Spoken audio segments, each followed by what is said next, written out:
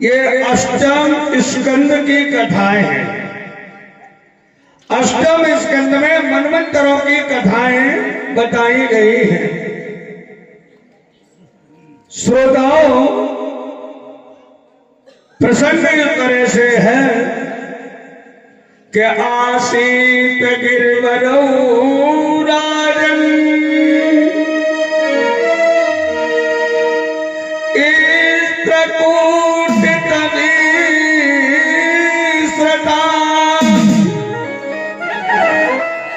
क्षीरो देना श्रीमान्यो जडामुक्ति मुच्यता। श्री सुखदेव जी कहते हैं परीक्षित जी से, आसीत गिरवरौ राजन, हे राजा परीक्षित, त्रिकूट पर्वत पर एक हाथी अपने परिवार के सहित रहता था। हाथी जब परिवार के सहित रहता था, रोजाना त्रिकूट पर्वत की तलहटी में जल पीने के लिए जाता था।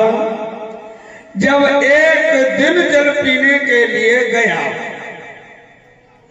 एक निवेदन में और करूंगा, एक दिन, एक समय, एक बार, ऐसे शब्दों का जहां प्रयोग होता है वहां कोई ना कोई विशेष बात होती है। जैसे आप पिनाठ रोजाना जाते हैं, या जैसे बाय पर आप रोजाना जाते हैं, और एक दिन अगर रोड पे काला नाग बैठा हुआ मिल जाए तो बिना पूछे ही बताते फिरोगे, अरे भैया एक दिन हम गए, जाए तो रोज रहे हो, पर नाग एक ही दिन मिला है। तो जहाँ एक दिन, एक समय, एक बार ऐसे शब्दों का प्रयोग होता है वहां कोई ना कोई विशेष बात होती है। तो समझिए श्रोताओं, जब एक दिन हाथी त्रिकूट पर्वत की तलहटी में जल पीने के लिए जाता है। त्रिकूट पर्वत की तलहटी बड़ी सुंदर थी, बड़े सुंदर सुंदर वृक्ष लगे हुए थे, जो वृक्ष लता पत्ताओं से सुशोभित थे, जिनके नाम भी लिखे व्यास जी ने, क्षीरो देना श्रीमान्यो। ये वृक्ष दक्षिण भारत में मिलते हैं, अपने यहाँ नहीं। हाथी जब जल पीने के लिए परिवार के सहित जाता है, हाथी ने पहले जल पिया और जल पीने के बाद सरोवर में से जल भर भर करके अपनी पत्नी पर, अपने बच्चों पर जल का प्रक्षालन करने लगा। उस जल के अंदर जीव रहता था जिसका नाम था गिरहा। गिरहा जिसका नाम था, गिरहा ने देखा इसने तो सारी सरोवर ही गंदी कर दी। गिरहा भागता हुआ आया और गिरहा ने भी न हथनी का पांव पकड़ा, न किसी बच्चे का पैर पकड़ा। गिरहा ने सीधे सीधे हाथी का ही पांव पकड़ा, और हाथी का जब पैर पकड़ अंदर को खींचने लगा तो पैर पकड़ करके उसने अंदर खींचना प्रारंभ किया।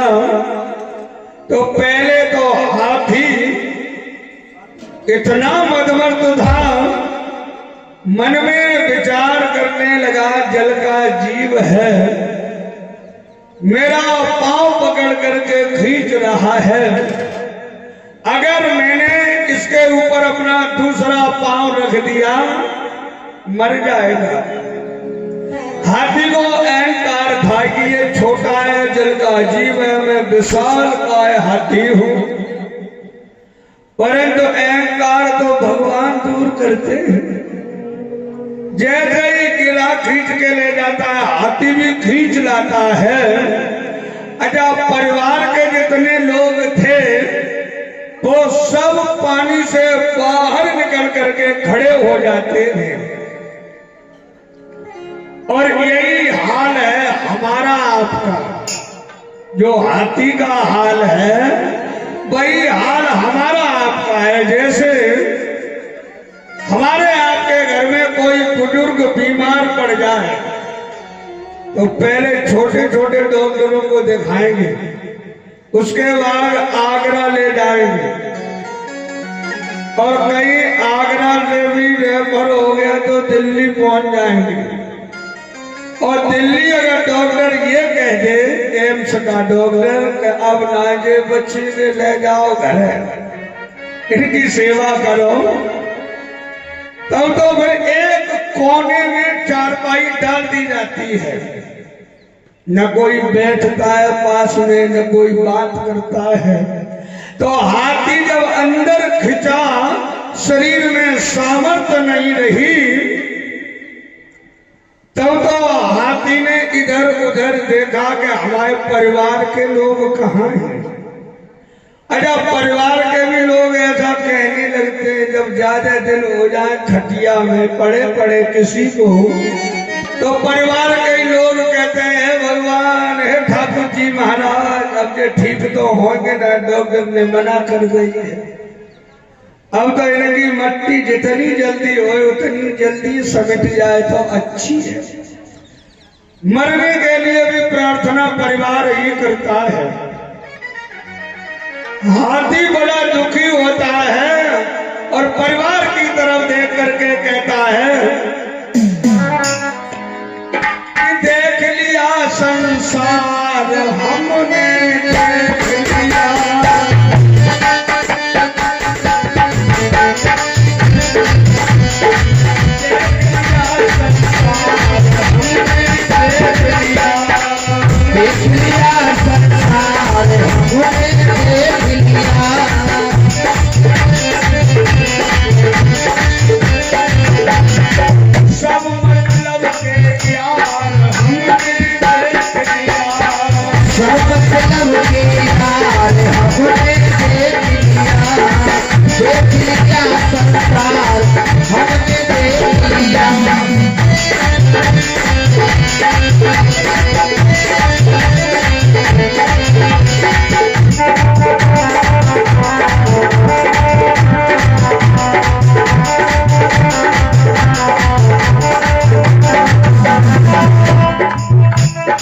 धन निरोग धन जेब में जब तक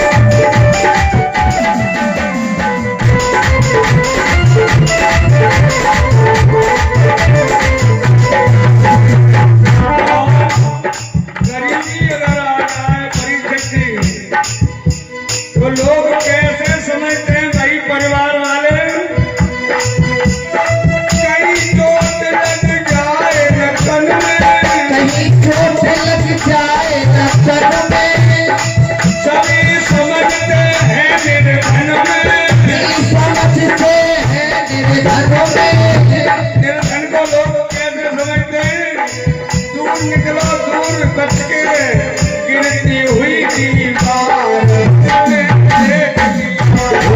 गिरती हुई दीवार हमने देख लिया।